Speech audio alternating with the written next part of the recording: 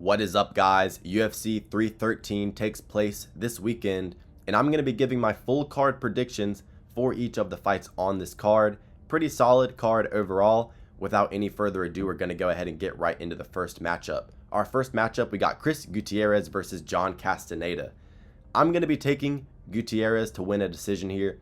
I just don't think John Castaneda is very good at all. Looked absolutely horrible in his last fight versus Daniel Marcos, and he's just not good anywhere. He doesn't have the ability to impose his will with grappling, and he has no tenacity or power on the feet. Chris Gutierrez, on the other hand, he doesn't have a lot of power, but he is well-rounded enough to win this one, in my opinion. He has okay enough takedown defense to where I think he can stop any grappling threat coming his way. Song was able to take him down in their fight a few times, but the takedown defense wasn't horrible. And on the feet, he's solid. He's got good volume, good low kicks, good knees up the middle. You look back at the KO versus Frankie Edgar. I won't be surprised if this fight is kind of similar to that one. I am going to pick him to win a decision here, but it's mainly just going to be him outstriking Castaneda on the feet. Long rangey strikes, jabs, leg kicks, some knees up the middle. He has that Factory X Muay Thai style of striking. And like I said, he's fought in, the better level of competition. He has a more refined striking skill set, and I just don't see grappling really taking place in this fight at all. So yeah, give me Chris Gutierrez to win a decision here. He's just much better on the feet, much more, battle tested, and he's been having at least acceptable performances in the UFC octagon. I just don't think John Castaneda is really up to par. Our next fight on the card, we got Diaz versus Jordan Ribeiro. I'm going to be taking Ribeiro to win this one by decision. Looked solid on the Contender Series versus Will Curry. And look, Diaz is just a super low-level fighter, plain and simple. I think that Jordan is going to come in to this matchup without the octagon jitters of making his debut on a pay-per-view. I think he's going to go out there with a hunger and a desire to win, and I think that's going to be enough to push him to a decision victory here over Diaz, who just really isn't that good. Light heavyweight matchup here. Neither of these guys are very talented, but nonetheless, give me Jordan to get the job done by decision. Our next fight on the card, we have Francis Marshall versus Marion Santos. Now, interesting one to call here because Francis Marshall isn't terrible. Looked pretty good in his last fight versus Dennis Bazooka, but if you're having a kind of competitive fight with Dennis Bazooka, I do think that Santos is a step up in competition here. He's making his technical UFC debut because he fought on an Apex card a while back, beating that one CKB guy that fought on the Israel Adesanya versus Amavov card. Khan Offley. He beat Khan Offley. Beat him by knockout, which was a decent look. Seems to be talented on the feet. Seems to have some good power in his hands. And he kind of is just a Brazilian marauder. Francis Marshall, he has lost in the past. I'm pretty sure he has gotten TKO'd before. So give me Santos to win this fight via TKO. I think he gets the job done with his striking and the power in his hands.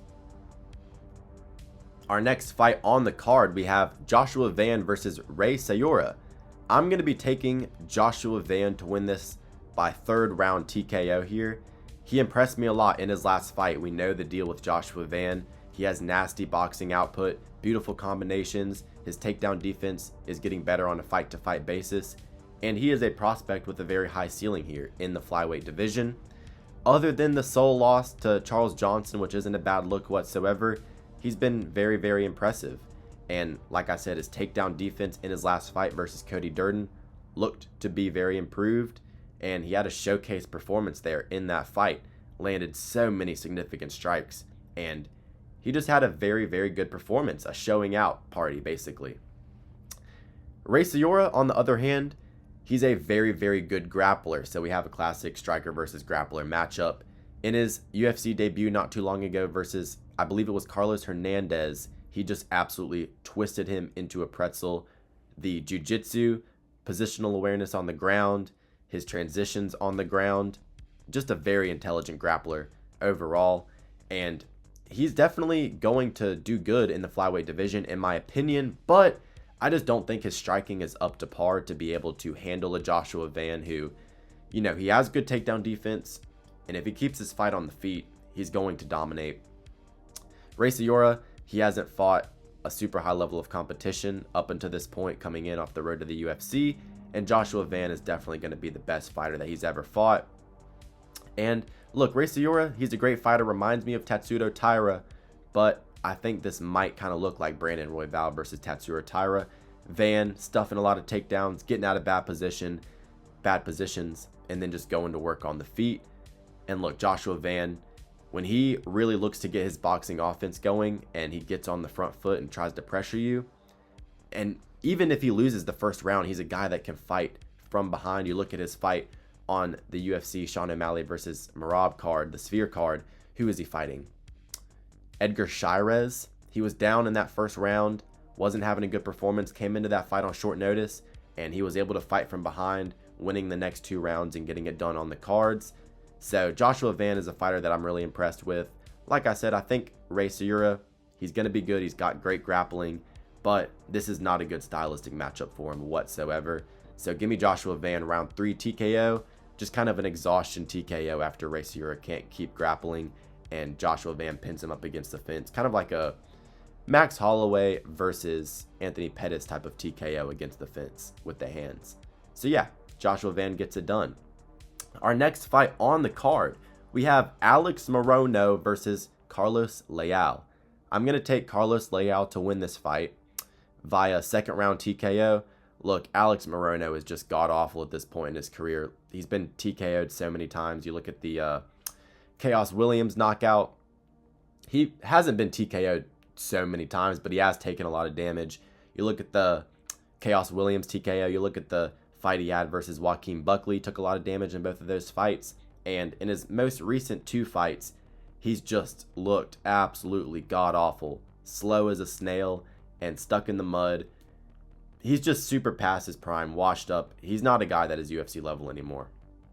And I said this before his last fight, because if you look at his fight versus Nico Price at UFC 302, that's the lowest level MMA fight that I've ever seen in my entire existence. There were higher level MMA fights than Alex Morono and Nico Price happening in the 90s.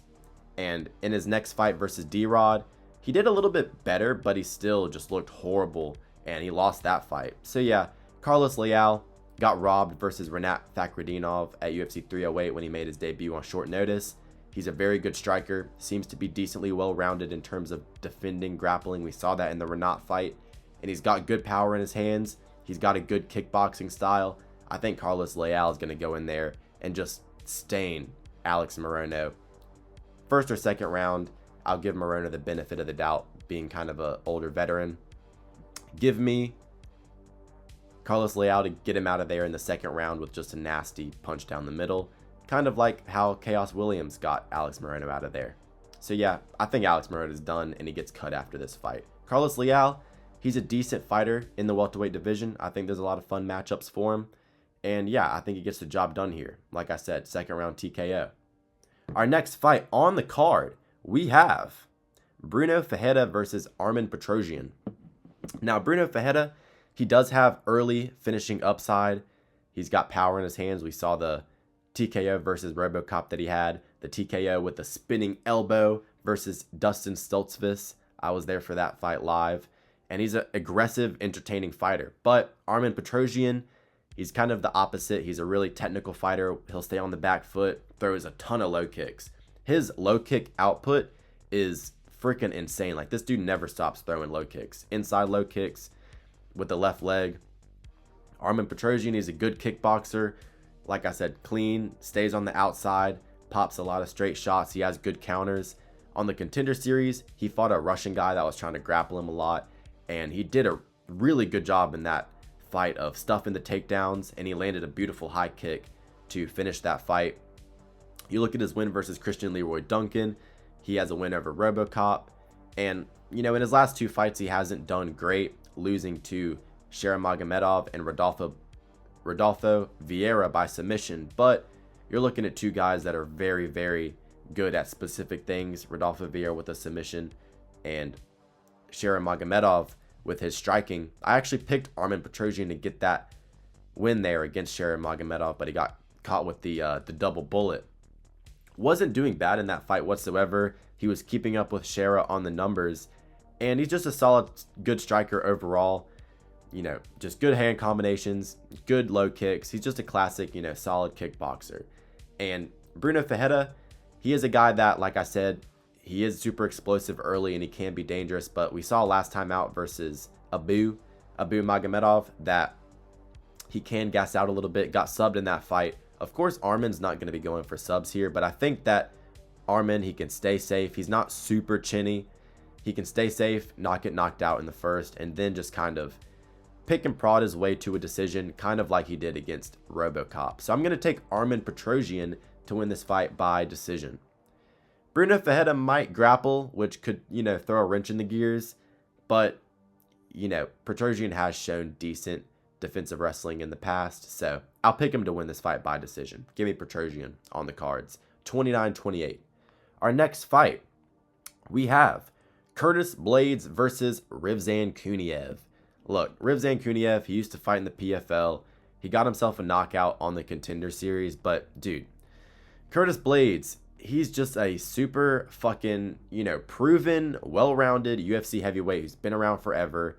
And look, he gets knocked out when he fights super powerful punchers, Ngannou, Sergey Pavlovich, Tom Aspinall. But those are literally some of the most dangerous fighters in UFC history. I don't think he's going to lose to a guy like fucking Rizvan Kuniev, who's making his goddamn debut off the Contender Series. I mean, just look at Curtis Blaydes' resume. It's freaking solid. I mean, you got a win over Mark Hunt, Alexei Olenek. Old head win, that is solid. Beat Alistair Overeem. Yeah, he got TKO'd by Francis Ngannou, but he's beaten guys like Shamil Abdurakhimov and JDS, Junior Dos Santos, Alexander Volkov. That was a fantastic performance back in 2020. So yeah, look, I think that Curtis Blaydes, he's going to get the job done. You know, he's beaten guys like Rosenstrike, showed, you know, some power in his hands versus Chris Daukaus, and he's just a solid fighter. Rizvan Kuniev, he's not better than Curtis Blaydes anywhere, and unless he just lands a lucky punch, I just don't think he's going to beat Curtis. So, you know, we've seen Curtis Blaydes go out there and out-wrestle guys, use the razor blade elbows to get ground and pound TKOs, and, you know, just let off a lot of damage. I think that Curtis Blaydes, he can use his wrestling here, get Rizvan Kuniev down, and these fat, plotty heavyweights, once they're put on their back, they're not getting back up. So yeah, give me Curtis Blaydes to win this. Give me Curtis Blaydes to win in round 1, ground and pound TKO. I think he's not going to have any trouble getting the takedowns here and then just letting off nasty elbows from half guard, top position. I think that Curtis Blaydes gets this done relatively easily. And yeah, Curtis Blaydes for the win. He's getting it done round 1 TKO. I mean, I kind of like the fact that they're giving him an easy matchup after getting knocked out by Tom Aspinall, but it's still kind of disrespectful. I mean, Curtis Blaydes is like a mainstay in the heavyweight division, and they're giving him a guy in his debut.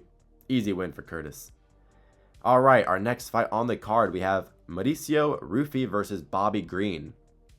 Look, Ruffy, he's super fucking talented, really, really quick, beautiful boxing and counters, very, very similar to a young McGregor. And he's also similar to a young McGregor in the way that he gasses out after the first round and a half. We saw that in his last fight versus James Lontop, where he wasn't able to get a knockout. And, you know, was kind of looking poor at the end of that fight, but still easily got it done on the cards. But at the end of that fight, you know, he was kind of running away, backing up because he was completely gassed. If Bobby Green's able to gas him out here, I could see Bobby Green piecing him up. But Bobby Green, he's taken a fuck ton of damage throughout his career.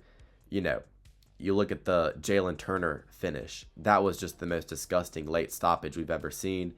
And, you know, he had a very good performance versus Jim Miller at UFC 300. Dominated that fight with the boxing. Looked a prime version of himself. But that's against a 40-year-old Jim Miller. Mauricio Ruffy, he's young. He's in his prime. He has nasty KO potential. Very, very good quick hands. And he can mix up so many different attacks. I mean, you see this dude hitting scissor sweeps, spinning heel kicks. He can hit fucking ninja moves in the octagon. Look, of course, his best path to victory will be a round 1 or 2 TKO, but I won't be surprised if he improves his cardio for this fight. looks to be a guy that can improve on a fight-to-fight basis. I won't be surprised if he looks a little bit better in terms of the cardio here and is able to get it done on the cards. Bobby Green is a guy that's hard to hit clean. You know, you look at the Rafael Fiziev fight, he's a great striker, wasn't able to get Bobby Green out of there. So yeah, Bobby Green, he's a guy that's difficult to hit clean, but, you know, Mauricio Ruffy, fighting out of the Fighting Nerds gym, you got to believe he's going to come into this fight with a solid game plan. He's going to be well prepared, and I think he just has the X factor. He's super fucking quick, and he's just a sniper on the feet, kind of like a young McGregor. Now, you know, Bobby Green, he has the chance to kind of craft his way to a decision, but with all of the momentum and all of the, you know, insane abilities that Mauricio Ruffy has, I kind of got to pick him to get the job done here by round 1 TKO. Bobby Green, he's an older guy. He's been rocked on various occasions. He's been knocked out on various occasions throughout his career. So I'm going to pick Ruffy to get the job done by round 1 TKO. I don't think he's going to be, you know, top 5, top 10 in the lightweight division, but I do think he's going to be in the rankings for a long time. He has all the natural talent in the world, and I'll pick him to get the job done here. Round 1 TKO, flying knee. Just an absolute highlight reel. And yeah, I think Mauricio Ruffy, after his last performance, he's kind of due for a highlight reel. So I'll take him to win in round 1 by knockout. Our next fight on the card, we have Jalen Turner versus Ignacio Bahamondes. Now, I did pick Jalen Turner to beat Renato Moicano at UFC 300. That wasn't a great pick, but I did pick Ignacio Bahamondes to beat, who was it that he was fighting? Manuel Torres at the Sphere card. I did pick him to win that fight. I knew that he had, you know, more talent on the feet and that Manuel Torres was a little bit overrated. Good pick there of Ignacio Bahamondes last time out. But for this fight, this is actually a much harder stylistic matchup for Ignacio Bahamondes because I feel like he kind of relies on his reach a little bit more than Jalen Turner does, because in my opinion, this kind of reminds me of the Sean Woodson versus Fernando Padilla matchup, with Sean Woodson being Jalen Turner and Fernando Padilla being Ignacio Bahamondes. Look, Ignacio Bahamondes, he's had some fucking insane highlight reels. You look at the head kick TKO versus Roosevelt Roberts, head kick TKO versus Giagos. Those were beautiful finishes. And, you know, he's had some just solid performances throughout his UFC career, especially last time out with the beautiful knockout of Ignacio Bahamondes, of Manuel Torres. Ignacio Bahamondes absolutely stained Manuel Torres in his last fight, knocked him down. First, he got up and then he finished him off the second time with a beautiful right hand. He trains with Bilal Muhammad. Jalen Turner, he's always been a guy that, you know, lacks some heart. You look at how he quit versus Renato Moicano. You look at how he mentally checked out of the fight with Dan Hooker. But, you know, in the beginning of that Dan Hooker fight, he was having no issues absolutely piecing him up and winning the striking battle against a guy that has long, rangy strikes. You know, we've seen Ignacio Bahamondes be out-grappled as well before. You look at the Ludovic Klein fight. I won't be surprised whatsoever if Jalen Turner goes for some takedowns here. And look, I think that Jalen Turner, I think he hits a lot harder. I don't think he's as accurate or maybe as talented or diverse of a striker as Ignacio Bahamondes, but I do think he hits a lot harder. I think he's fought a much higher level of competition. I think he's been pushed to the limits a little bit more in his career. And look, Ignacio Bahamondes, he's a great fighter, but I do think that in terms of this step up in competition here, I don't think it's necessarily going to be good for him. He's not going to be able to use his reach advantage. I do think it's going to be predominantly a striking fight, but I don't see him just being able to catch Jalen Turner like how he did Manuel Torres. Jalen Turner, he's a southpaw, so that's going to be a different look for Ignacio Bahamondes. He might not be used to that. Jalen Turner will be used to fighting against an orthodox fighter. And I think that Jalen Turner, you know, he's got really good body kicks, really good knees up the middle. Both of these guys have just solid kickboxing and Muay Thai overall. But I think the main deciding factor for this fight is Jalen Turner. He's fought higher level of competition. He's been pushed harder in his UFC career. Yeah, he might have not gotten the job done in all of those, but It's still a learning experience for him. Ignacio Bahamondes, he's never really had those learning experiences at that high of a level. You know, Ludovic Klein's a very high level fighter as well, but, you know, he also lost to Trey Ogden, I believe. No, he beat Trey Ogden. But nonetheless, Trey Ogden, not a very high level fighter. And yeah, I think that Jalen Turner, I think he's going to come back with a vengeance, with, you know, a lot of desire to get the job done. And with Ignacio Bahamondes not being able to use his reach as much, I think that's going to hinder him a little bit more than Jalen Turner. I think Jalen Turner hits a lot harder, and he's also just more battle tested at a high level in the UFC. So yeah, give me Jalen Turner to get the job done. I'll take him to win a decision here. All right, our co-main event of the evening, we have Justin Gaethje, my favorite fighter, versus Rafael Fiziev in a rematch. Rafael Fiziev, of course, stepping in on short notice for Dan Hooker. And I already made a video about this fight, and I do lean kind of towards a Rafael Fiziev TKO, unfortunately. I hope I'm wrong. My picks recently have been pretty bad, so hopefully this is one of those. But look, Justin's my guy, but he's taken just so much damage throughout his career, and I think it's finally going to catch up to him. That's really what this fight comes down to. They fought 2 years ago. I picked Fiziev in that matchup. Dustin ate some nasty shots in that fight that I don't think he'll be able to take at this point in his career. He was able to get the job done there by decision, but Rafael Fiziev, you know, this is only 3 rounds. If it would have stayed a 5-round fight, it would have definitely favored Justin. He has a cardio advantage here. But Rafael Fiziev, even on short notice, I still think that he can go, you know, a hard 2 rounds, win the first 2 if he needs to. But Justin Gaethje, throughout the World Series of Fighting and his whole UFC career, the fucking the Michael Johnson fight, Dustin Poirier, Eddie Alvarez, you know, even got dropped by Tony Ferguson, went to war with Michael Chandler, got fucking stained by Charles Oliveira, and then the straw that broke the camel's back, Max Holloway just pieced him up for 5 rounds, knocked him down multiple times with the left hook, and then absolutely flatlined him in the last second of that fight. And look, I just don't think Justin's chin is going to be the same, and it pains me to say that. It pains me to even make this prediction, because I just don't think that this fight is going to go very well for Justin. Look, of course, there's always a chance that Rafael Fiziev comes into this matchup a little bit slower than he normally is after the knee injury and after the time off. He didn't look great in the Gamrot fight, but that was with the grappling threat. He has been looking for a fight, so I have to take that into consideration. I have to assume that he's at least in decent shape.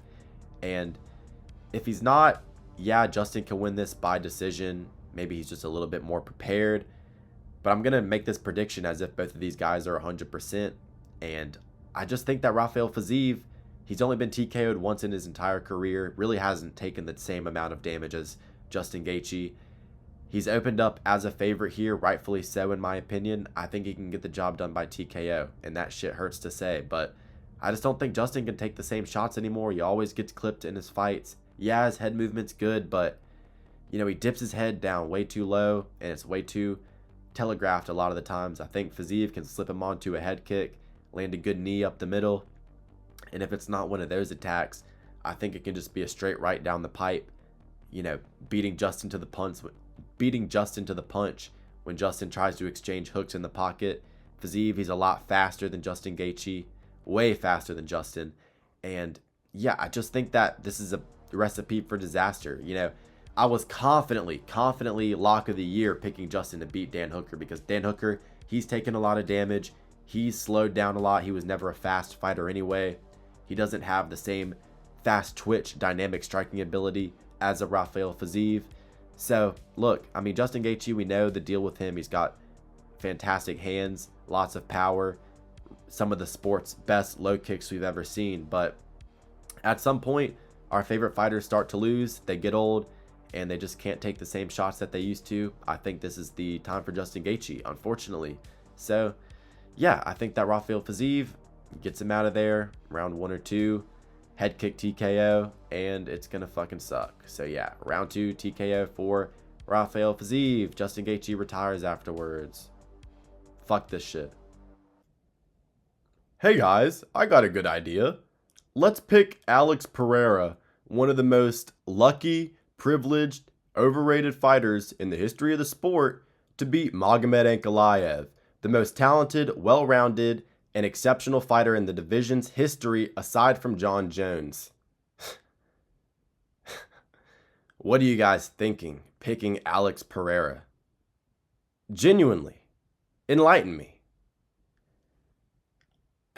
If you're picking Alex Pereira, please reevaluate how you look at the sport. If you want Alex Pereira to win, that's one thing, but actually thinking confidently that he's going to win is kind of delusional. Alex Pereira, in his entire UFC career, he's gotten fucking lucky and he's been overrated.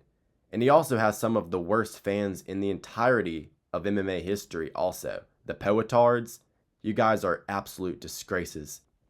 Alex Pereira is going to get absolutely schooled and embarrassed versus Magomed Ankalaev. Magomed Ankalaev is going to win this fight pretty fucking easily. Look, Alex Pereira, in his UFC debut, got taken down, lost the first round. Yeah, he got himself a nice little flying knee in the second. Okay, it's against Andreas Michailidis, who's just an absolute can. Went to war with Bruno Silva, who's an absolute can. Made that a competitive fight.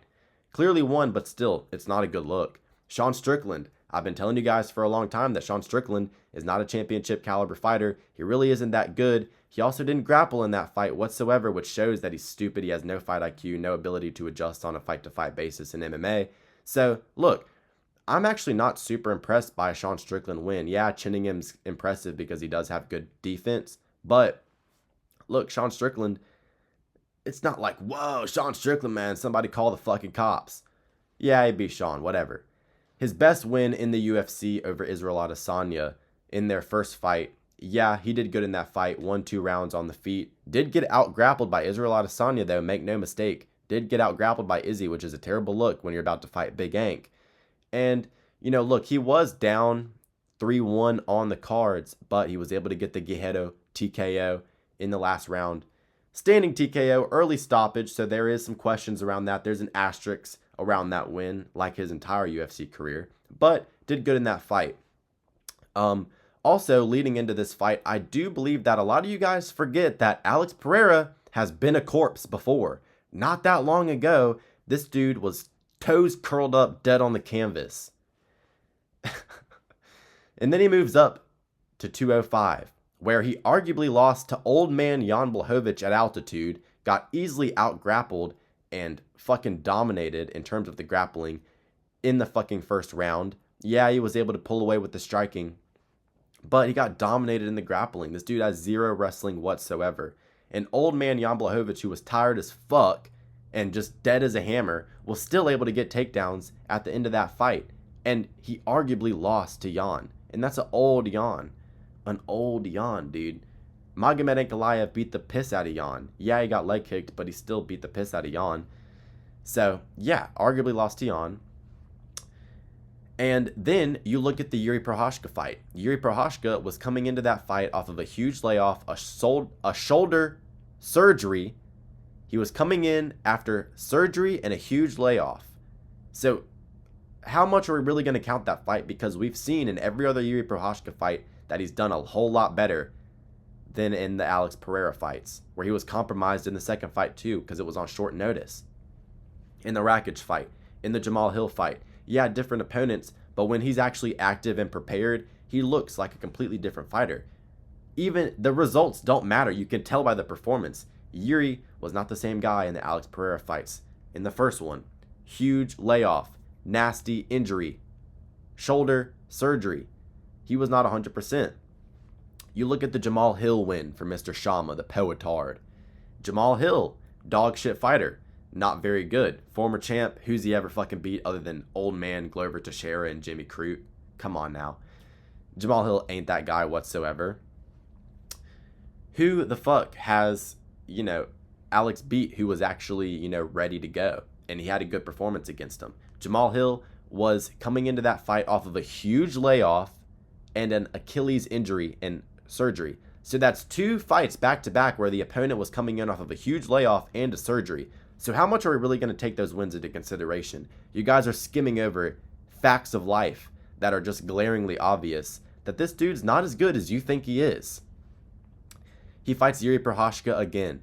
On a week and a half's notice, Yuri Prochazka was literally in a cave in a mountain somewhere, probably hadn't trained martial arts in about a month, and they pulled him out of the fucking cave and threw him into the octagon, unprepared, not ready. Yeah, it was short notice for Pereira too, but how much are we really going to count a fucking week's notice fight? In any other person's career, you just skim over a short notice replacement like that. But, you know, when you're looking at Alex, you're just super biased. You're like, oh my god, he schooled Yuri Prochazka in the rematch. Exceptional performance. Yeah, it was short notice for both guys, but nonetheless, you know for a fact that that favored Pereira. Yuri's going to need to prepare with the grappling and everything going into that fight. So that obviously favored Pereira. Week and a half notice for Yuri. So, you know, both of the Yuri wins have asterisks next to them. There's questions to be asked about both the Yuri fights. The Jamal Hill fight, you know, he was coming in off of a huge layoff and a surgery as well. Same for Yuri in the first fight. And you look at the Khalil Roundtree fight, where he was arguably down 3 rounds before Khalil Roundtree gassed out because it was at elevation. Yeah, don't forget about that big body kick that Khalil landed in the 3rd round to the liver of Alex Pereira, where he went pale as a ghost and backed up against the fence.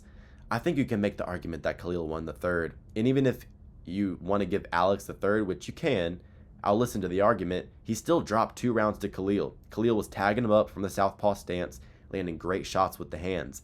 Big Ank is going to be able to do the very same thing. So, let me just, you know, recap what I've gone over. Andreas Michailidis, can. Bruno Silva, can. Sean Strickland, overrated, not that great. Win over Izzy, solid. Got absolutely turned into a corpse. Arguable robbery against Jan Blachowicz, where he got out grappled. Yuri, after a huge layoff and a surgery. Jamal, after a huge layoff and a surgery.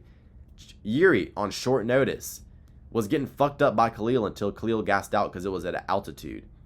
Alex Pereira is not as good as you think he is. And also, don't forget about the fact that the Israel Adesanya fight and the Yuri Prochazka 1 fight were both early stoppages.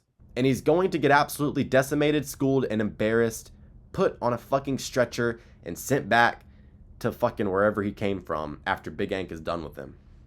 The Pereira era is over. It's Big Ank season.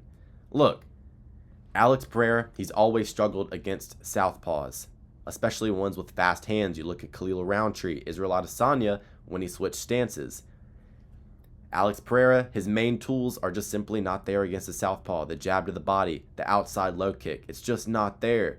And if you think that Alex Pereira is going to cripple Big Ank with leg kicks, you're a fucking idiot. Look, Jan Blachowicz, the only reason he was fucking up Big Ank's legs was because he was going shin to shin, inside low kick. He wasn't kicking the calf, he was going shin to shin with Big Ank. Pereira just doesn't kick like that. He just simply doesn't. And yeah, he can land the outside calf kick, but that doesn't hurt nearly as bad as his outside calf kick or shin to shin like Jan Blachowicz was doing. So, you know, if you want an example of that, look at the Khalil Roundtree fight. He hit Khalil with plenty of those outside low kicks. Khalil's movement was never compromised whatsoever. And also, don't forget that Magomed Ankalaev, he is also prepared heavily for checking low kicks ever since that fight. He learns from his mistakes. You look at the Johnny Walker fight, the Rakic fight. He went into those fights checking low kicks very well. He'll switch stances while checking a low kick, fire a good shot down the pipe. And that's going to work perfectly against Alex Pereira. And look, what it comes down to is Alex has 0 grappling. He has no wrestling whatsoever. And Big Ank is just going to be able to take him down whenever he really needs it, I feel like. Look, Big Ank, he's got the Sambo, brother. He's got the Greco-Roman wrestling, brother. He's got the Dagestani handcuff, brother. He's going to be able to take down Pereira and beat the piss out of him, probably get a ground and pound TKO. Look, in the past, when has the fan favorite striker ever beaten the Dagestani rat, fucking criminal of the sport? Look, I don't even like Dagestani fighters that much. I think Big Ank is boring. But that's not going to make me be stupid enough not to pick him to win this fight. Every single time we have a matchup like this, Dagestani versus fan favorite, Sugar Sean O'Malley versus Marab, Conor McGregor versus Khabib, fucking Islam Makhachev versus Dustin Poirier. Every single time that a fan favorite striker fights a Dagestani, they lose.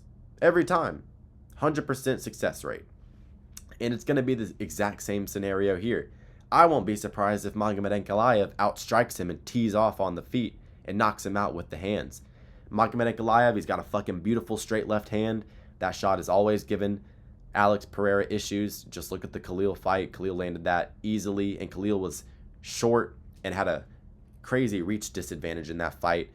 Ank has a reach disadvantage in this fight as well, but he's much bigger than Khalil. He's going to be able to cover the distance a lot better.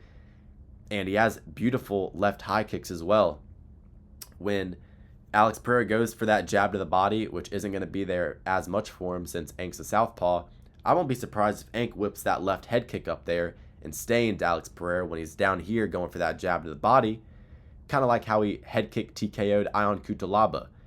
And look, Magomed Ankalaev literally is basically 23-0 if you want to be mature about it. He beat Jan Blachowicz. Anybody with eyes would be able to see that.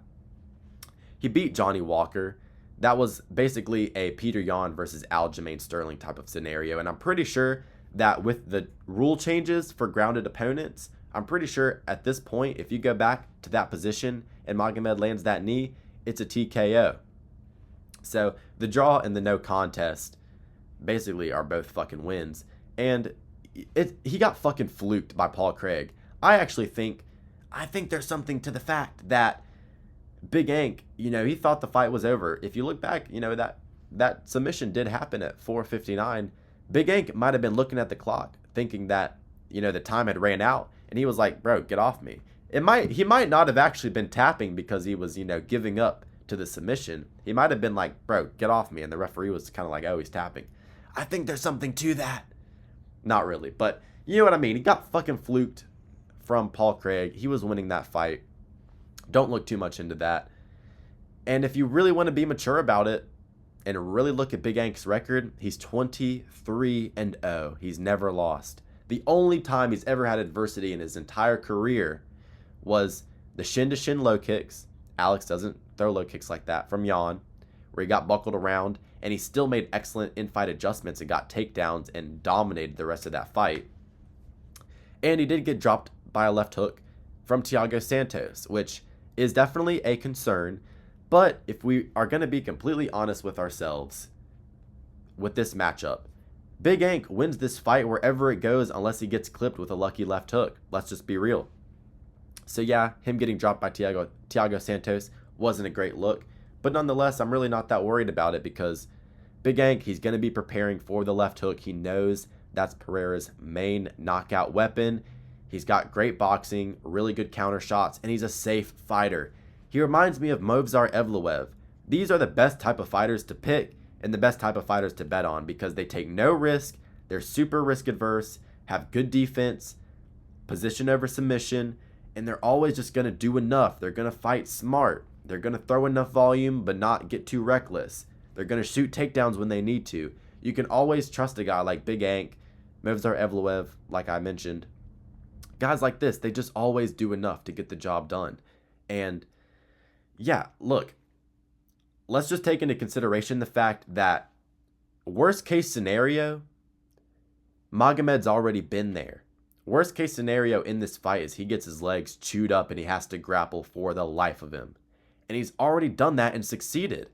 He literally had no legs and was still able to out-grapple Jan. Look, Alex Pereira, he's never been in a worst case scenario with a guy like Magomed Ankalaev. Yes. Also, okay, let me just skip what I'm going to say.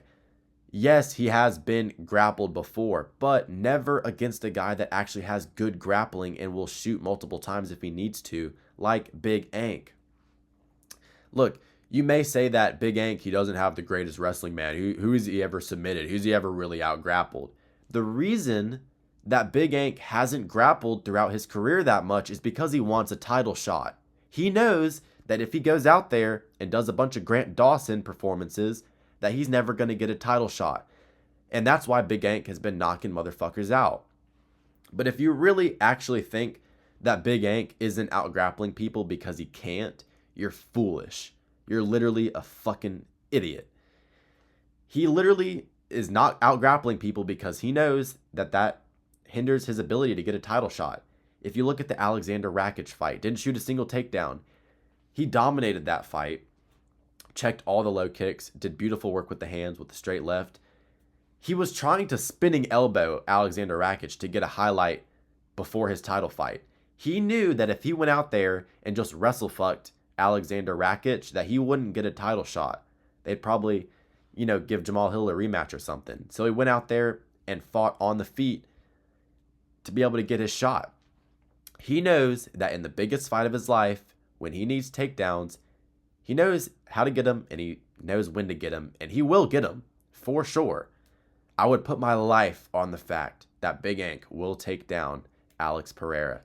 And I don't think Alex Pereira is getting up either. He's never shown the ability to scramble very well. He doesn't have good defensive wrestling once it actually gets to the mat. He's never shown the ability to get up. And let me also say this. If what I have been saying has not registered in the poetard brains because you guys are so incapable of comprehensive thought, let me tell you this. Your boy, Alex Pereira, has been taken down by every single fighter that has ever attempted a takedown on him. Every single one. Every fighter that has attempted a takedown on Pereira has gotten it. What the fuck do you think Big Ank is going to do to this clown once he gets him on the ground? He's going to fucking ground and pound TKO him instantly. Easy fucking work. Dagestani handcuff on one side, left hand of the fucking dome on the other. I'm going to pick Big Ank round 3, ground and pound TKO over the poetard, and all you guys are going to get to fucking cry about it. I'm rooting for the villain here because, look, most of the time I do like to root for the fan favorite guy, but these poetards are just so annoying. You guys are just so incapable of seeing the truth, and you guys need to be humbled, frankly. So yeah, give me Big Ank to set the record straight. He's going to win this fight fucking easy. Big Ank round 3 TKO. That's all she wrote.